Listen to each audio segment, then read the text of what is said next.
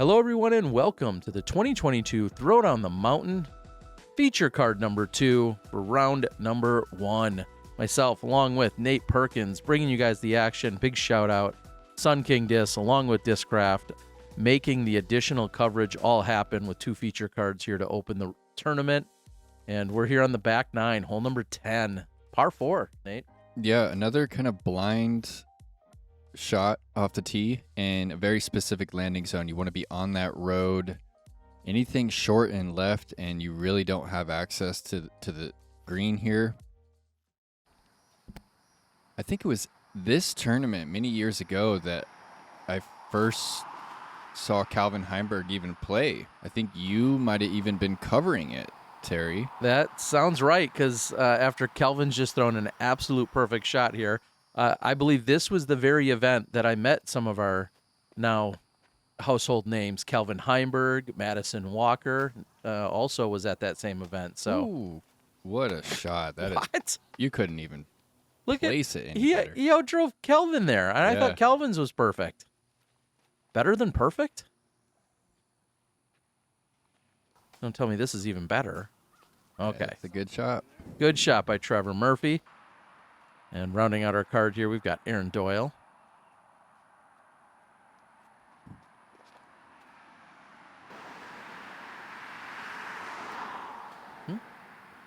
Of all tree kicks to get, that wasn't too bad.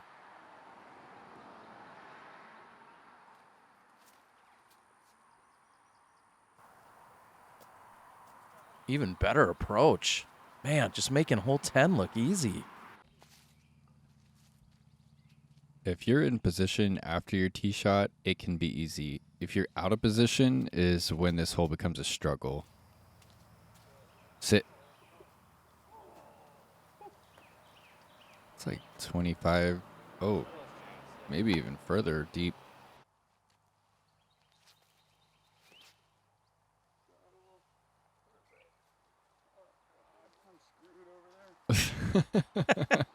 More guest commentary by Heimburg. Ooh, oh, yeah, that's very a nice. favorable kick, right? Wow, he's got a look here.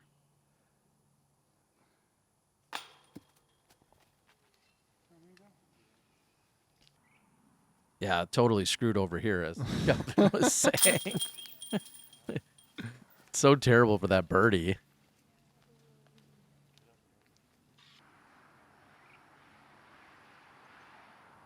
What is it about disc golf, Terry, that like some of our elite players are Calvin Heimburg and Eagle McMahon, like just people that you would not assume to be elite like athletes? Like, what is it about disc golf that it attracts such a variety of athletes?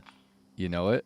Yeah, it's so amazing what's brought us all into this game, whether it's the flight of the disc or the challenge of you against a course or the camaraderie, and you just happen to be out there with friends, and this is an enjoyable thing to do. There are so many elements. And hole 11 we're at right now. This is a par 4 downhill. You know, we're going to claim that this one's a little too easy of a par 4, but it's also too difficult of a par 3 that you don't see a lot of 2s. So we'll see what they're doing as they're going to throw this one, well, down a side of the mountain. That looked like it was off in the right direction, so to speak. Yeah, this is definitely reachable. You can't quite see the pin from up here, but you can see that pine straw, and it starts to form, you know, where you're headed. It just needs I was going to say a gentle turnover fade, or in this case, maybe a little hook up and a skip. And he needs to be just inside that. You see where John, the cameraman, was. That's kind of the spot you want to be.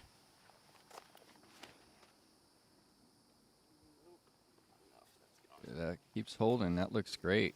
It actually held it pretty nice. Stables up a little at the end. Had that just continued to fade at that direction, he would have been right inside the circle. Toro from Calvin makes the gap.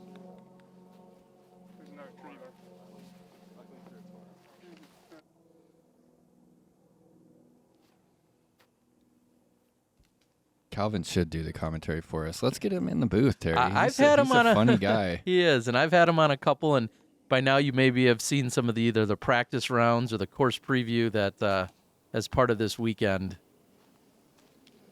A true gem, that's for sure. Yeah, I'm looking forward to checking that out. You said that you had him mic'd up? Yeah, him and Thomas Gilbert mic'd up. Some practice round course preview stuff, and then also available video is the flip doubles, where they're also mic'd up. And if you think Calvin likes to talk trash, you'd be right. Yeah, he kind of came out of a shell a little bit on the GK Pro skins, and people love it. They didn't know it, he had it in him. Yeah, he's so unassuming. Yeah, As you look at him. and I think that's part of my question. It's not that I don't think that Calvin's athletic. It's just that they are just this unassuming characters, and you just don't look at that guy and go, yeah, he can rip a low ceiling shot 80 miles per hour. We head over to hole number 12, slightly shortened for this year's version due to some rain and weather that came in the night before. Yeah, probably the easiest hole on the course, 227. Somewhat of a gap, but at this range, it's kind of hard to miss.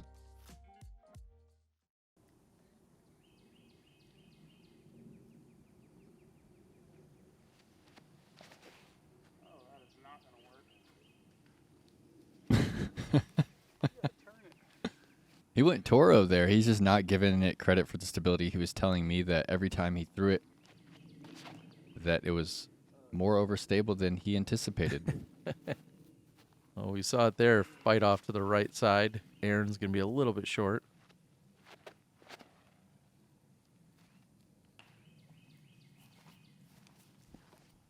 Trying to make this hole look difficult. Is it this difficult? Come on, Trevor. Go. All right. Circles. No. Circle two. That's got to take an Uber to circle 2. It's still short.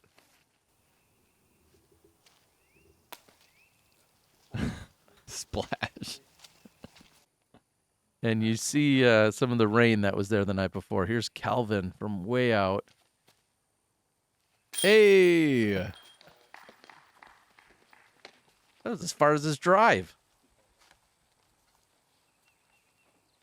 He's pumped. Yeah. All right. Also, out in circle 2, here's Trevor.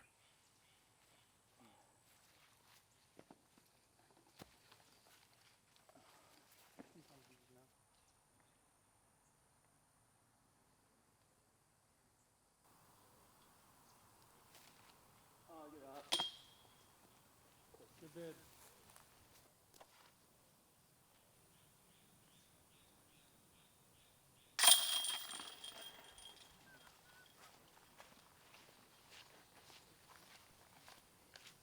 Feel like it's just going to have to be a permanent part of commentary that if you want to see an ace on this hole, check out the 2021 version. Charlie Goodpasture in a slightly deeper original position. Rang this one up. Of course, you can find that on the Disc Golf Guy channel.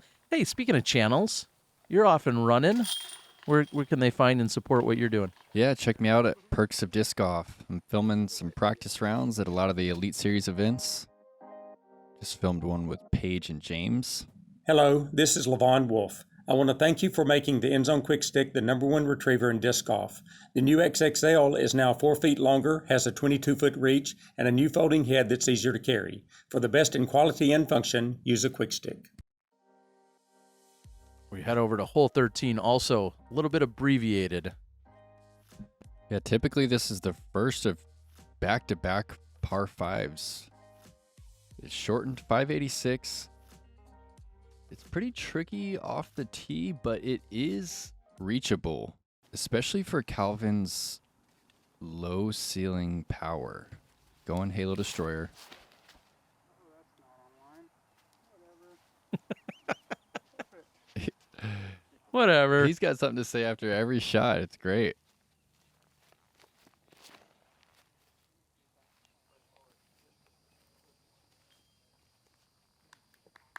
And that's a good-looking shot there by Aaron. Is that Homer Simpson? It is. Hence a man doe.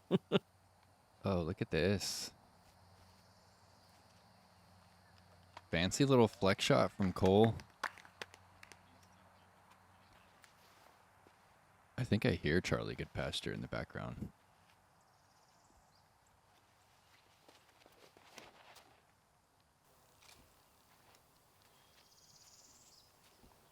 That's a good shot hitting a gap.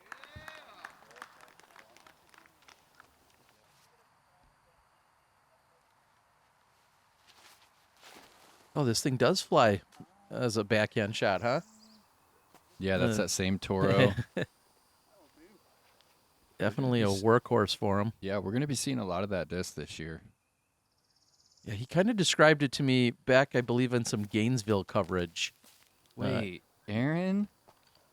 With the sick shot and then the twirl? That was quite the dance move. I love 74 style points. We give it to him. that. Full rotated. Oh, that was online.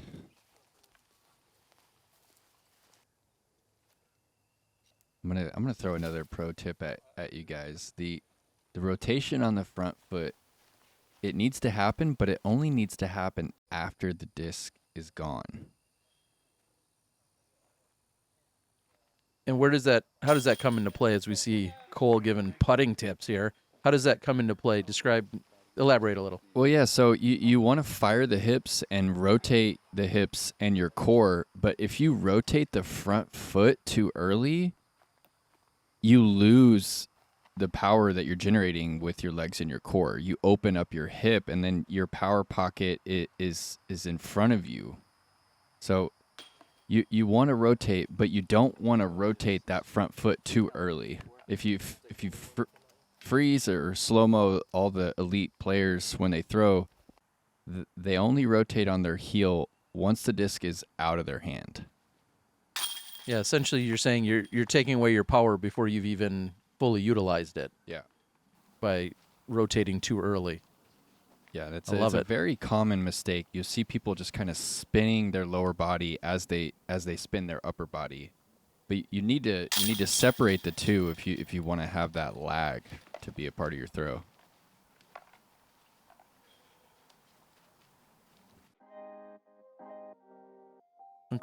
Give away all your pro tips here on my channel. You've got your own channel.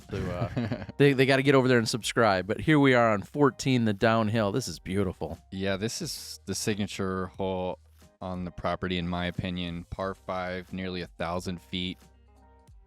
Significantly downhill off the tee. It makes this tee shot so crucial. You have to hit the angle just right, or you'll bleed off to the right or hyzer left. Ooh, that's an early turnover.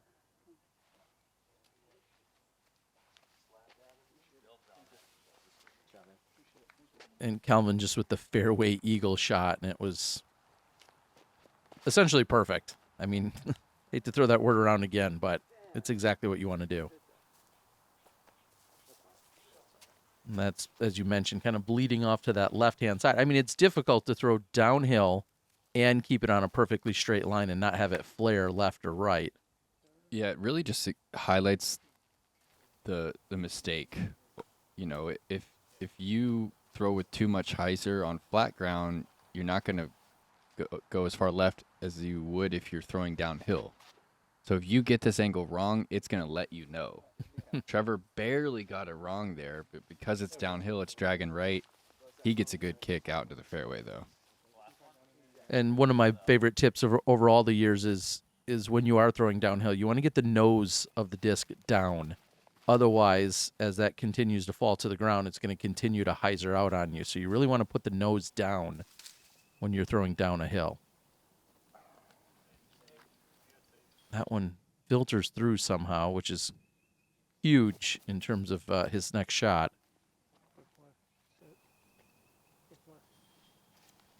Aaron going over one of the shorter tee pads that was used in a previous weekend.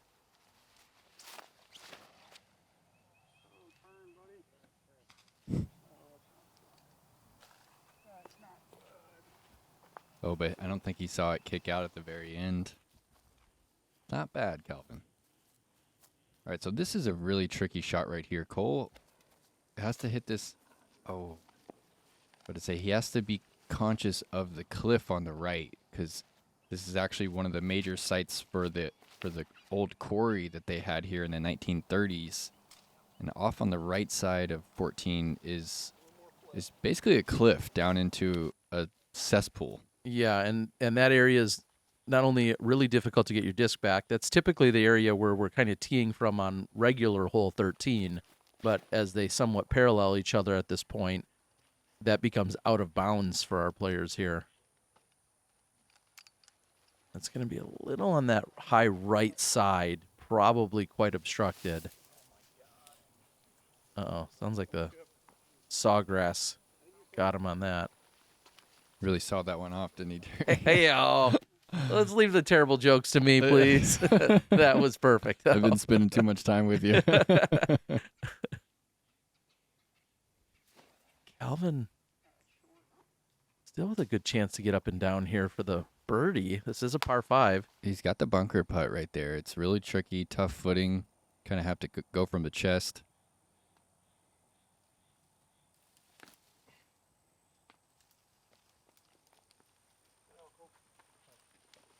Yeah, it's tough to play this one clean, isn't it? I was just thinking that, like, there's a lot of throws here, and there's just danger everywhere. You see players going left and right on the fairway and then getting pinched up or having just a pitch out. Now even somewhat near the green, Aaron, very congested.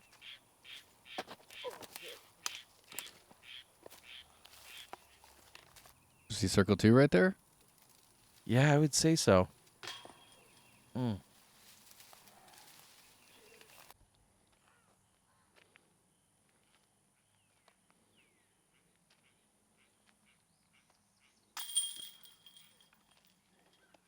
Good bid, considering that high right side, which is exactly where his disc probably would normally travel if it was an open line.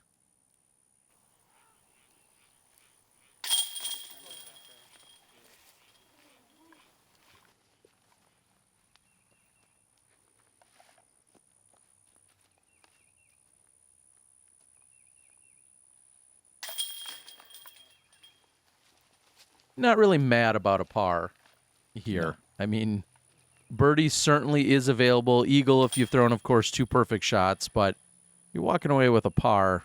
You're not going to be too disappointed on 14. And we're going to head over to 15, a beautiful hole on this course. I love it. Yeah, this one's a gem. Barbed wire fence on the right. The right-hand backhand is going to be throwing an anhyzer on the left side of the fairway, trying to either land on the road or get the full S out of the disc and climb the hill. One of the more demanding tee shots here at Grand Canyon. And needs to hold that turn. And that is a dense bunker over there on that left side.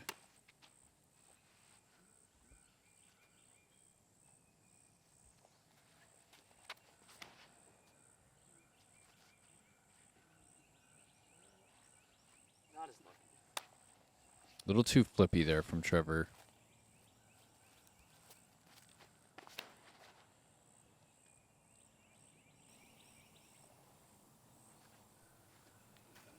Curious to see what disc Calvin is.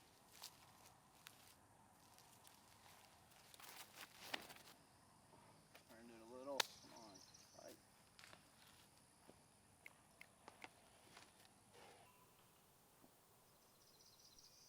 Second shot coming up from Cole. Kind of looking back down the fairway at the angle or the line he's going to have to hit. Oh, just a little bit too much angle out of the hand. That would have been an exceptional shot.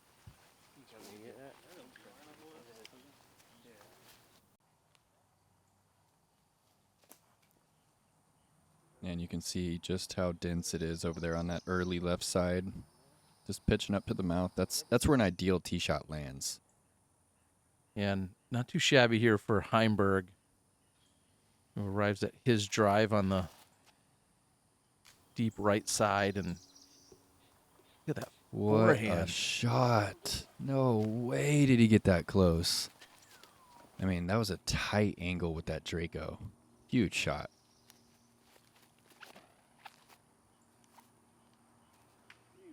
dude. And very punishing to hit that right side and then have it carry down. Had it missed that, it looked like it was going to nestle right up next to the pin. You know, and one thing we haven't really mentioned in these first 15 holes, yeah, we had the weather that rolled through the previous night, but really calm, great conditions, a little bit muggy, a little bit on the humid side, but almost no wind to speak of, whether you're in the open or you're in the wooded section. Yeah, Paul said that he'll take Florida weather all day over Texas. And of course, this event going on while also Silver Series event taking place over in Tennessee as well. A lot of players divided as to either their course they want to be or if they're concerned about getting Silver Series points and DGPT points. But most people will say once they've been on this property, they do everything they can to return. And I think you're seeing that out of a few of our players, Macbeth, Heimburg being two of them. Macbeth and Heimburg, of course. And What if someone named their child Macbeth Heimburg? middle name Eagle. Yeah.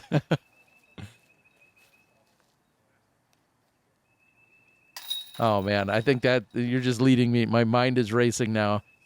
Give us your clever disc golf named children that have some kind of mashup. Put that in the comments. That makes you eligible for winning some Double G jerky. I've got some discs thanks to Sun King. We're gonna give something away. Like, share, subscribe, and how do we attack hole 16? Well, it's the shortest hole on the course, but you need speed control here. If you see your disc crest this hill, you're likely going to be outside the circle deep. You kind of want to see it hit the hill or just have just enough pace to get over the top of it. He had good pace on that one, though. He's only 22 long.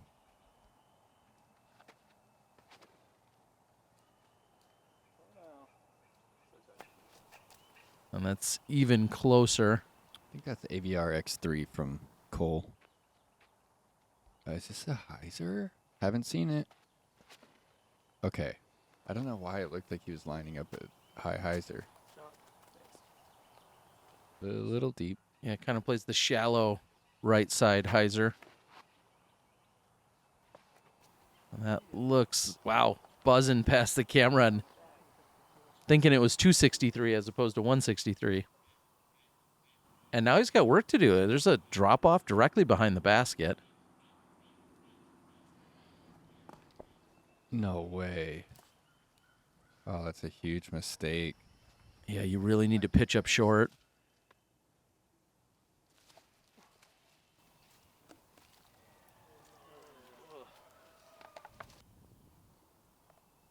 And now we are seeing the first hint of any kind of wind. Still light.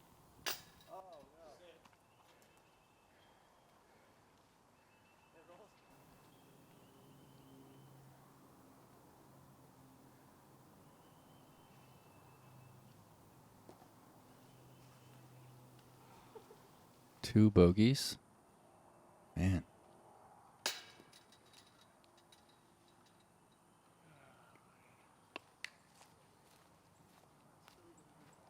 Cole's thinking, what is going on here? Yeah, no doubt. He's like, I'm glad I'm this close.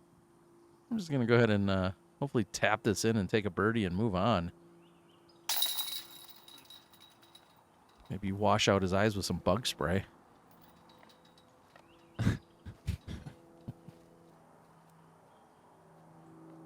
Yeah, sometimes I think that can be contagious. Rollaways and missed putts when you see your card miss a few putts in a row. It sometimes makes your putt seem a little harder. I think just generically speaking, just the overall vibe on a card, certainly does carry a long way. Trevor's new sponsor, not the sponsor of the tournament, so you'll have to just rely on the video and not the audio there. But he is sponsored by Sun King, who is putting on this event. So we head over to hole 17, a treacherous one at that. It really is. It's just dead straight. But that OB line on the left is why it's so difficult. It's only 25 feet left of this pin. Cole has that kind of just exaggerated approach to the front of the tee pad, but look at this. Man, that was headed straight for the basket. It was. Terry. It had just the right speed too, because it was slowing down. I feel like it was gonna just slide right next to the pin or hover to it. Yeah, he hit that with a little bit of angle. I think he really wants to hit that eagle flat. That's his flippier one. But he made the correct mistake.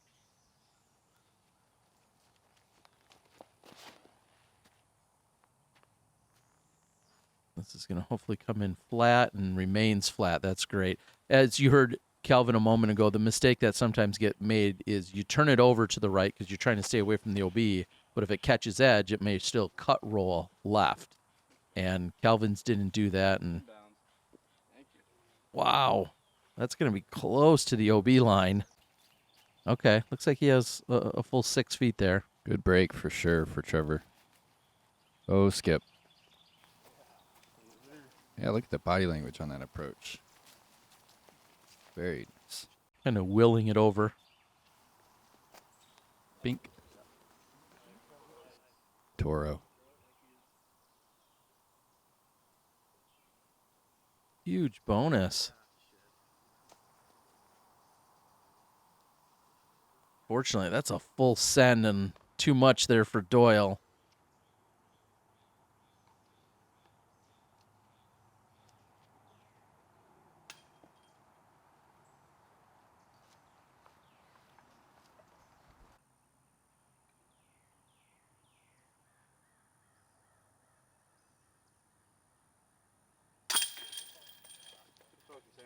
Solid putt. He's going to walk away with the par.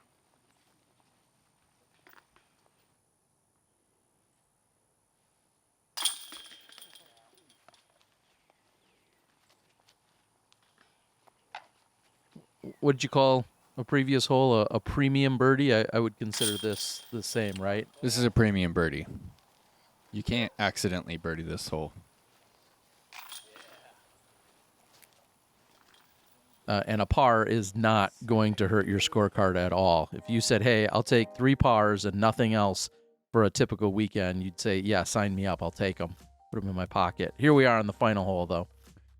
Yeah, so we've got some major changes to this one because of the flooding here. Normally we're teeing off up on the ridge and headed up even higher on the hillside. And now we're just looking at this straight 276 par 3. There is a little bit of a gap, and if you're not on top of the hill, you're out of bounds. So a little bit of a nervy tee shot.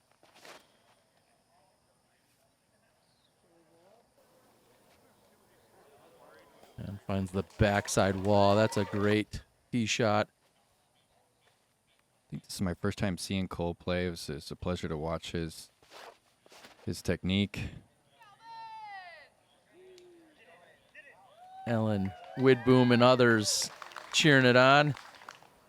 Big shout out to my hosts, Dwayne and Susan Reeder, along with the entire staff and crew here of the Throw Down the Mountain operation over at Sun King and beyond. Yeah, 3 good shots so far. You surprised to not see just the big spike hyzer to go up and around the tree and not deal with actually hitting the tunnel? Actually, I am. I would expect more hyzers than I saw this weekend. But that's deep, but that's all safe back there. That is a full send, though. Yeah. As he said, I should have went mid. Sit. Okay. Oh, good pace, good speed there.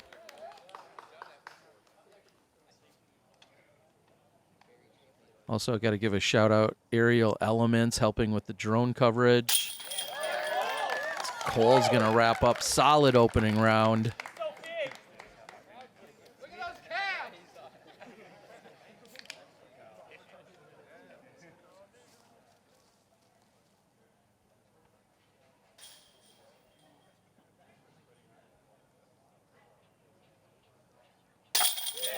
Go.